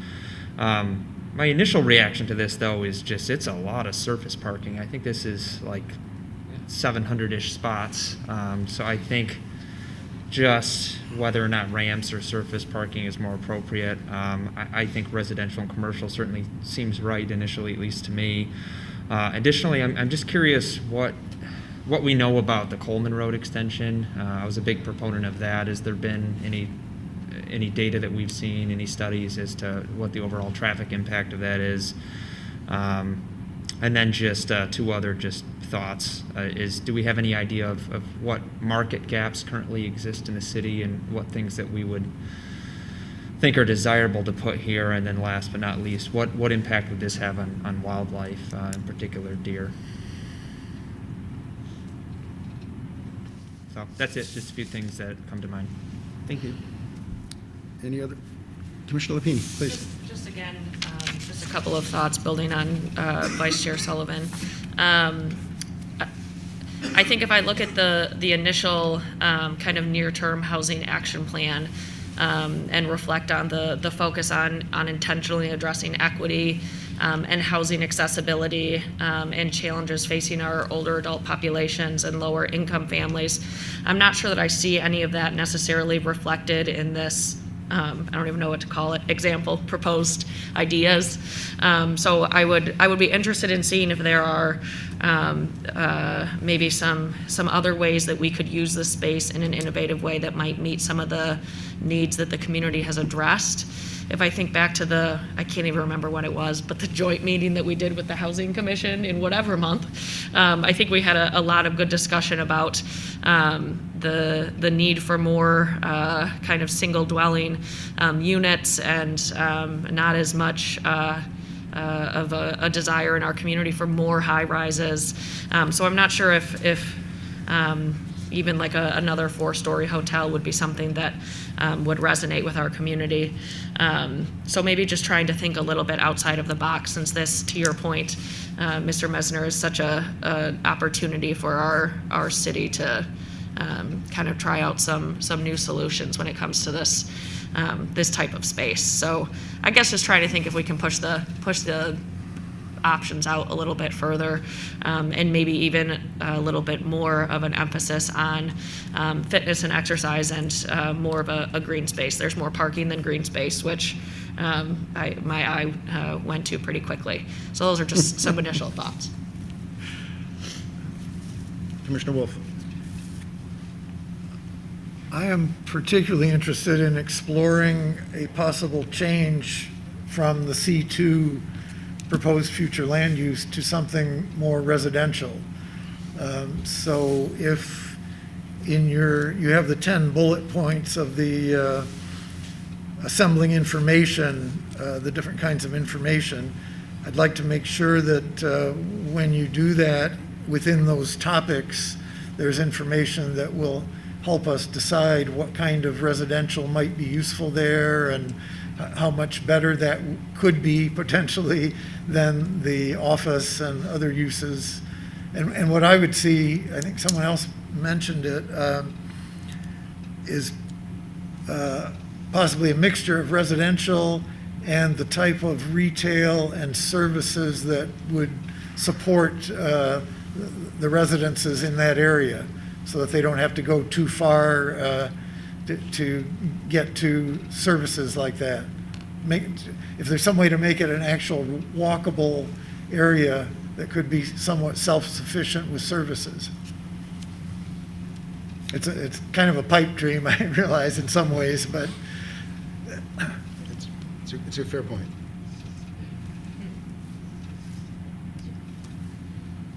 I've got a couple things to add. I was actually a little disappointed to hear that the schematics, such as they are, weren't based on. I was thinking that the planning group, the urban planners that were engaged here, were hamstrung by either the current or the proposed the zoning that was going to be put in place here, because what I'm seeing here, I'm disappointed, I guess, and either it's too much parking or not enough walkability.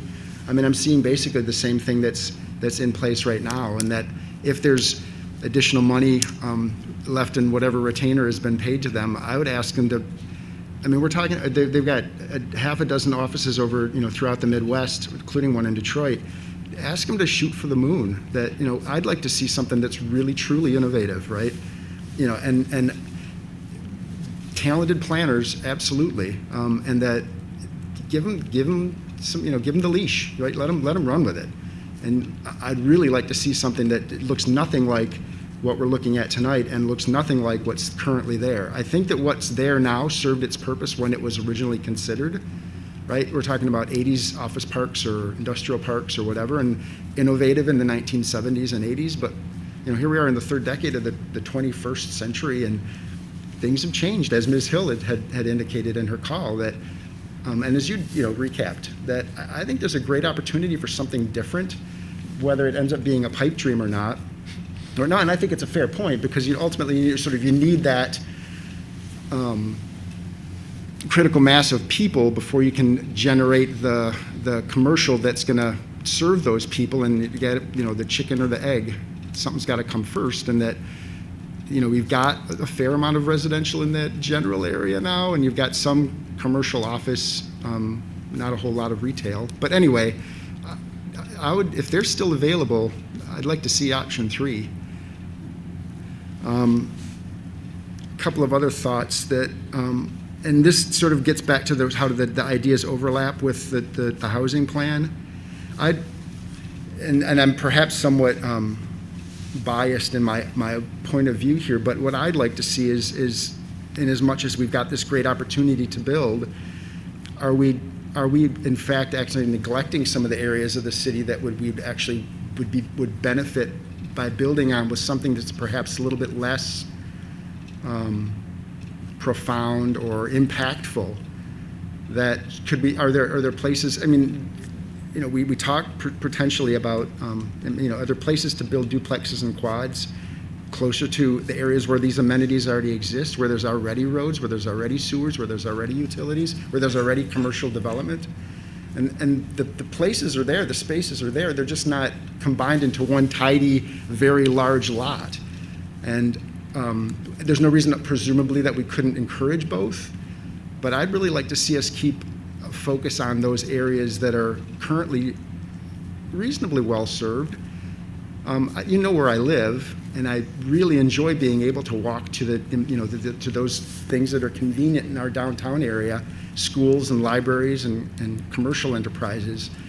I'd like to make my neighborhood much more accessible to the people that can't currently live there because they can't afford there. Is it easy to do? Absolutely not. But I think you're right with the idea that if we can build duplexes and quads, if we can encourage the use of auxiliary dwelling units on different lots, let's find a way to, it just came last year to California. They basically, you have to be able to, you're I think by right, maybe not in the entire state, you might have to correct me here, Commissioner Wolf, but because there was such a shortage of housing for so long, they basically just said, we're changing the rules, and that basically you're going to be able to build duplexes on nearly every lot, or 2 separate individual dwelling units. Well, that would hardly change the character of the neighborhood if it worked the way that I had envisioned it, but it would absolutely impact the density and the livability and the accessibility to different people. I don't know that that's what you're looking for here, because I know you were focusing on the northern tier, but I think that, in as much as they are somewhat interrelated and overlapping, let's not take our eye off the ball that we've already created just because we've got this shiny, brand new piece of property that could really be spectacular, right? Let's keep an eye on, how do we make the entire city better? And I'll let somebody else talk for a bit. I've pretty much covered my notes. Well, I just want to Commissioner Wagner, please. I just want to say, Dan, I'm glad you said all that, because I was trying to figure out how the near-term housing action plan with the stated 7 goals matched up with what followed. I mean, they don't seem to be related at all. I mean, I do want to somewhat defend they weren't tasked with creating a plan that would meet that vision. Okay. It was more just give us an idea of how this might develop, just to kind of spur discussion. Okay. And then, I'm sorry, but as I read it, I thought there were sort of two different. There's the northern tier and there's the near term, right? That they're related, but they're correct. But they're so. Okay. Carry on. One more thing on this, we were talking with, so there's a real estate agent that the city hired, NAI Mid-Michigan Commercial, to market the property on behalf of the city. Sure. In a conversation following the meeting last week, he followed up with us just talking generally, and this, we can get more into this at the next meeting, but how the change in demand of office space is so significant due to the impacts of COVID and construction costs and the amount of office space available. He estimated approximately 1 million square feet of vacant space is available just downtown right now. So that's not everything, but in that market. So it's just there's obviously a lot of changes and a lot of things that would have to come together to be able to get the tenants that the current future land use map kind of envisions in that area, whether those types of companies are still operating the way they always have and are looking to develop in that way. So it's just kind of the underlying theme, in addition to, there's just so many impacts to COVID. And I know no one in this room in our country is probably going to be able to get their head around what that means or what it says about the future, but it's certainly a big contributing factor to the future of the city and this area specifically. I got one structural question. What would be the mechanism by which land use that was determined in the multi-year, multi-committee creation of the comprehensive plan? How would that's a significant change from C2 to even say R5, R1 or M1. Would it be necessary to actually sort of, I don't know, right? Is there some sort of committee work that would need to be required in order to study that particular portion of the comprehensive plan and how to effectively overturn the work that was done almost 5 years ago? That is the way I would think that it would be best facilitated. Every master plan I've worked on ends up with the future land use map committee. Of course. And it's a big area, so whether we look at it by sections or how that might work, but I think it would all be folded really into the formal process that we go to amend the master plan. So I don't have that all memorized, but it's fine. A lot of notices and procedural meetings and. Right. I mean, it's not just a rezoning of a parcel, really. It's something that, if I'm understanding it correctly, you've been part of it. You weren't part of this particular one, but it took longer than we'd thought it would, and it took an awful lot of input, right? And so that we thought we got it right, with the idea that 5 years down the line, 10 years down the line, we're going to make adjustments. Okay, so it's not something that, it doesn't sound like it's something that would just be, ordained and done. That. Not necessarily. I think it would have to be really a part of the formal vision, ultimately incorporated into the master plan. We certainly don't need to make that change now, but we are required by the state to at least revisit the master plan every 5 years. Absolutely. So that could be part of this. And I'm certainly not suggesting that there has to be a change. You may get to the end of this, just series of discussions and say, we're happy with the way this is at, and you know what, go out and get that big commercial office tenant, and this is going to work. Or we may realize that maybe there's a category from the current master plan that fits better. Maybe we need to craft a brand new category to best fit what we think the vision might be. We, the collective, we including the Planning Commission and Understood. Council. And the residents, of course. Commissioner Wolf. Yeah, we have in the past done much what you're suggesting, I think, as a separate standalone initiative. I think it might have been 2002, I could be off on the years, but the city developed a new Northern Tier plan. That's what it was called. And it replaced what was in the then current master plan, but the city did it without creating an entirely new master plan. In other words, we did not study the entire city. It was acknowledged by everyone involved that the Northern Tier really needed a new plan, and there was some consensus on what it should be, and that was done, and that plan replaced the previously existing portion of the master plan. It was not a simple, straightforward rezoning, as you say. It was still a study and committees and meetings and so forth, but it wasn't as extensive as having to redo the entire master plan for the city. And that, I mean, that precedes my arrival here by 5 years, so that's, So there is a precedent for doing that.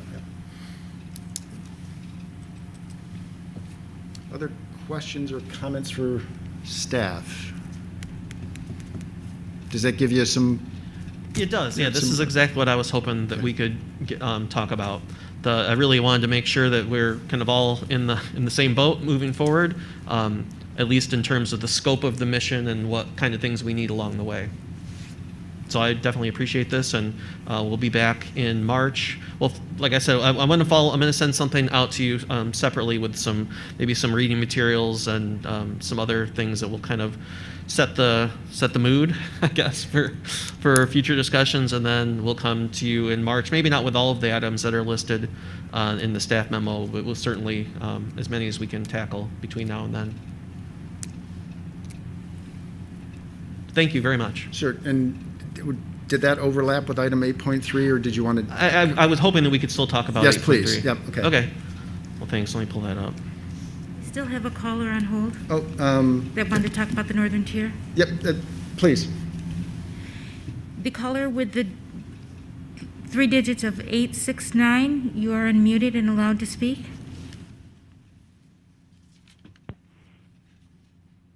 Good evening. This is Janelle Cannon calling. I currently serve on the Housing Commission, but I'm not speaking for the Housing Commission. Can you hear me? Yep. Yes, Ms. Cannon, thank you. I'm excited to hear what Mr. Menzer talked about, because he said many of the things that I would like to say.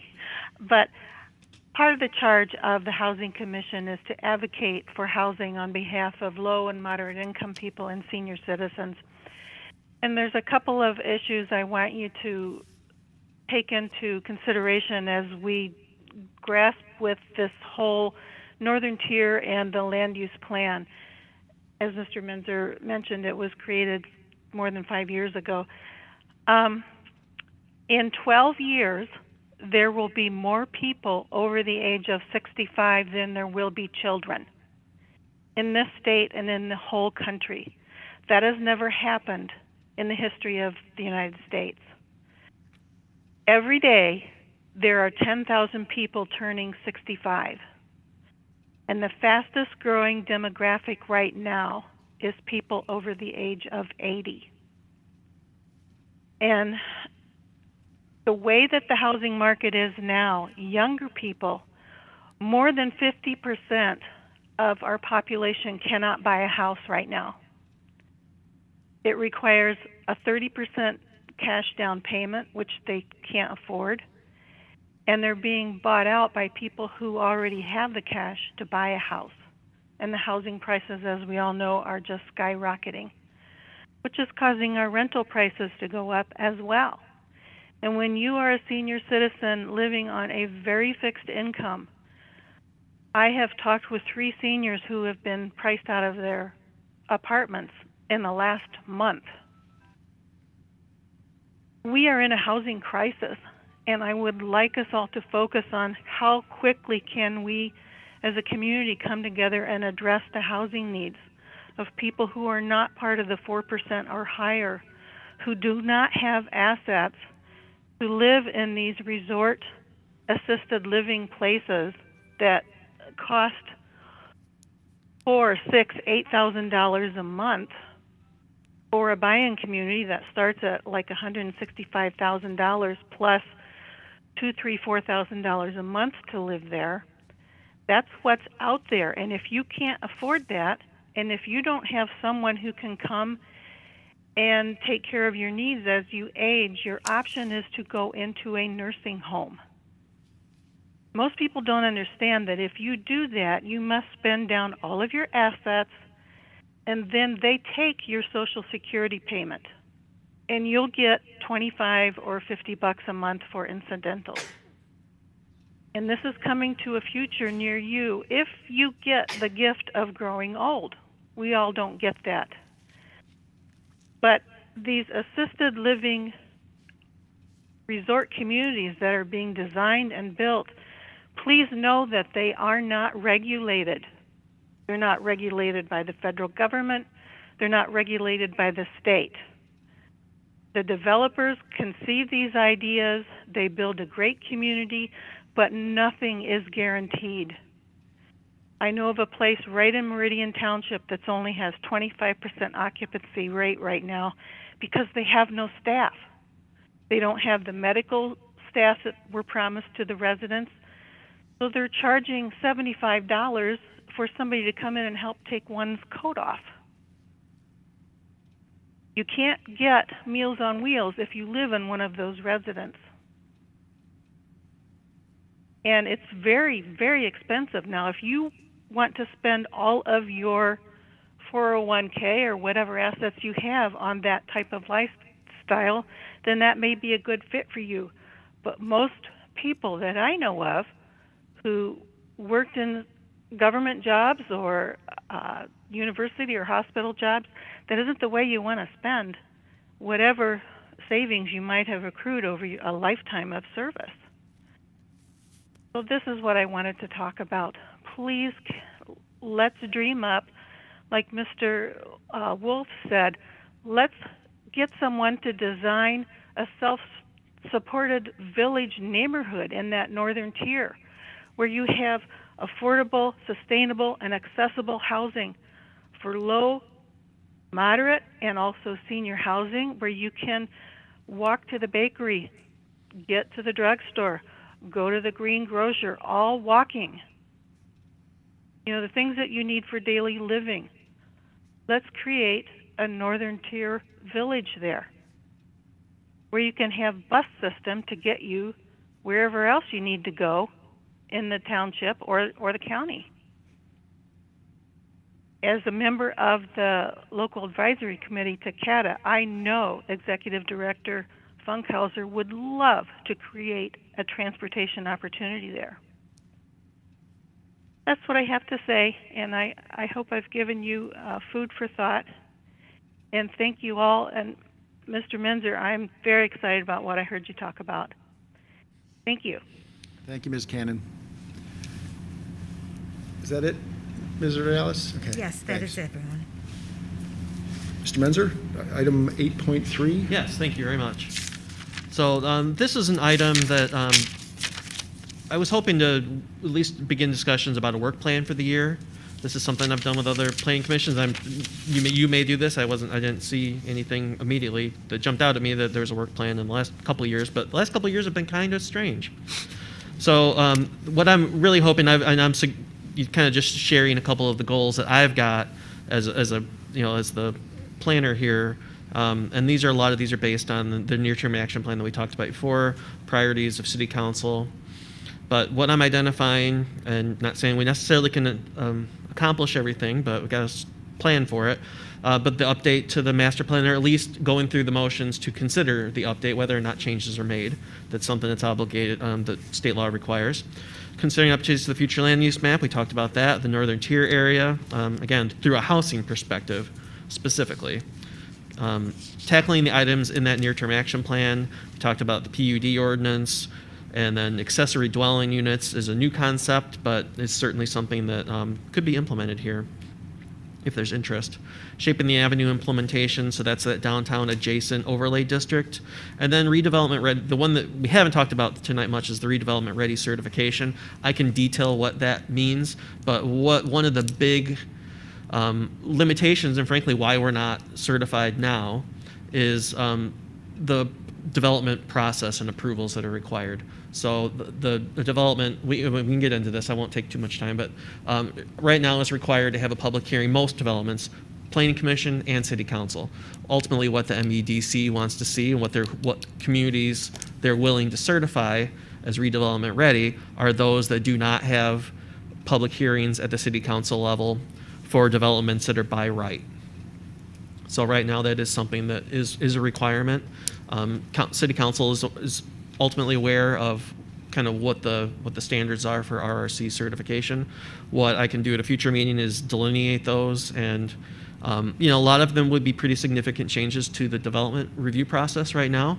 And I'm not suggesting we do or don't pursue the certification, but it's something that there are opportunities and there are funding opportunities for different kind of projects through that MEDC that we currently don't have access to, that ultimately might be in the best interest of the city to pursue. So we can get into that in detail, but it's a goal of mine to work on. Our department has prioritized it. So what I'm hoping is just basically some feedback on what you want to see happen this year. It helps my team plan our work and kind of prioritize our work. Ultimately, I'd like to get a calendar going of kind of where we think that which meetings they might be, so that we can prepare. It's always, in my mind, in my world, it's always helpful to have, I can get serious about something when I know there's a date associated with it. So that's what I'm ultimately would like to do. And again, I'm not going to hold you to anything tonight, but I wanted to at least get the ball rolling. So is there anything in this list that you are completely turned off to, or are there things that are missing that you think that we should add? Any comments from Mr. Menzer?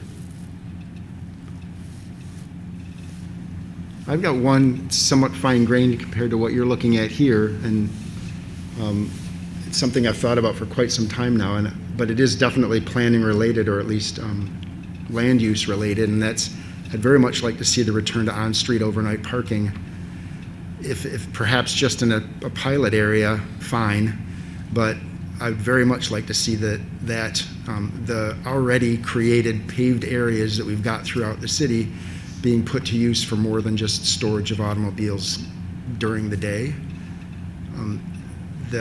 Again, I've read a fair amount about this, and it addresses all three of the triple bottom line, people, profit, planet concerns, and that ultimately it could be something that I think would be employed for the benefit of the city. It's perhaps, again, a bit too specific for what you're looking at here, but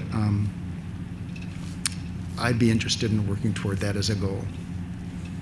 And you said the return to, so allowing on-street overnight parking. Correct. Okay, thank you. And I say that with the full expectation that there are probably people sitting at this table that disagree with me on that. That's fine. And there are absolutely people within the community that aren't real big fans of that. But that's, right? That's how you get change, right? Thank you.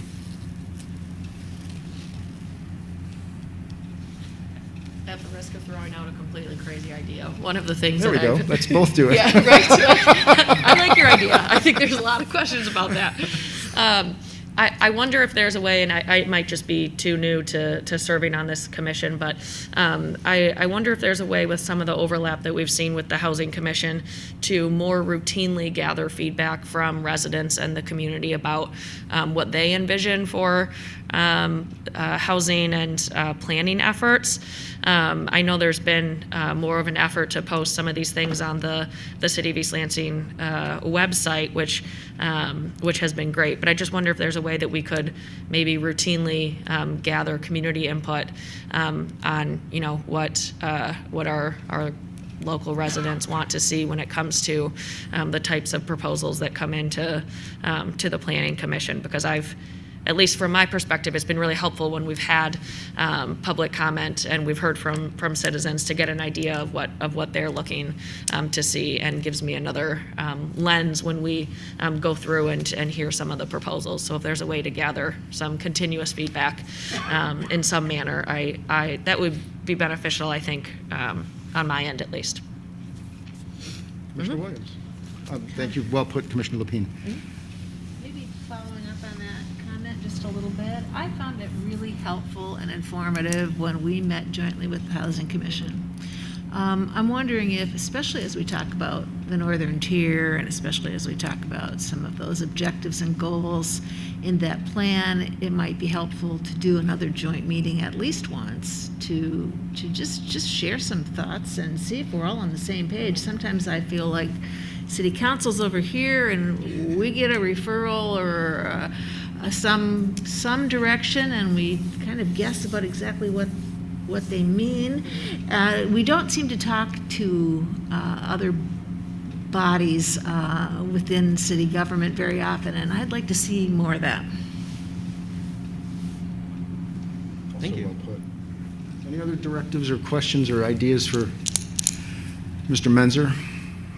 Let's keep this in sort of in the back of our minds. If there are nothing to bring up tonight, and perhaps everybody can give some thought to a called it pet project, I think, casually, but that is there something that's something that you'd be interested in? Or maybe it's one of the things that are already on the list that becomes a passion project for you.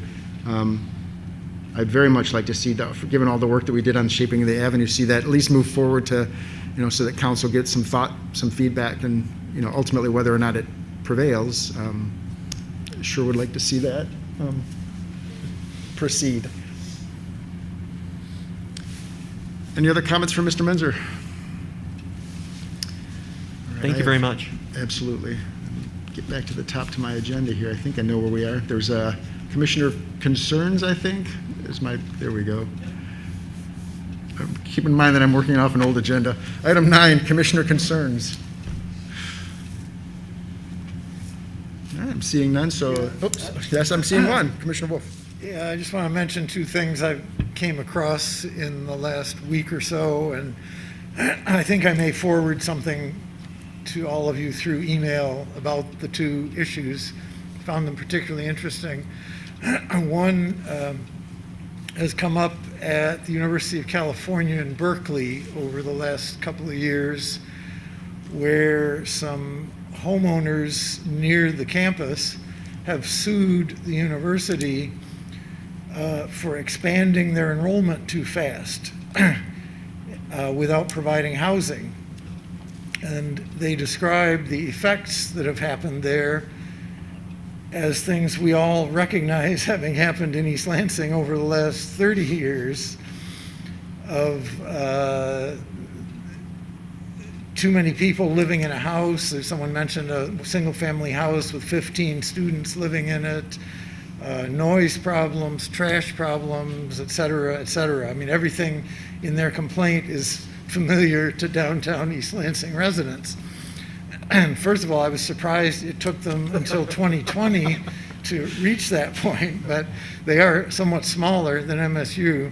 But anyway, you need to read the whole thing. Right now, the University of California at Berkeley is under a court order that they must restrict their admissions for fall 2022 to about 3,000 fewer students than they intended. So there's actually a court order came out of the suit. The neighbors are winning at the moment. So it's a very interesting story. It's the first time I've ever heard of anything like that. Second one is that Ann Arbor has some almost astonishing new developments going to be built, apparently. I think all three of them that I'm thinking of have been approved or they're close to it, and are going to start soon. All three of them involving affordable housing to some extent. And I know we're not Ann Arbor. We don't have their resources. We're not as big a city. We don't have as much land and so forth. But it's just really impressive to see what they have on the drawing boards in the way of affordable housing. So I'm going to send some links to that for everyone to look at. Thank you. Any other commissioner concerns? Thank you, Commissioner Wolf. I'm seeing no concerns. That a motion to adjourn would be in order.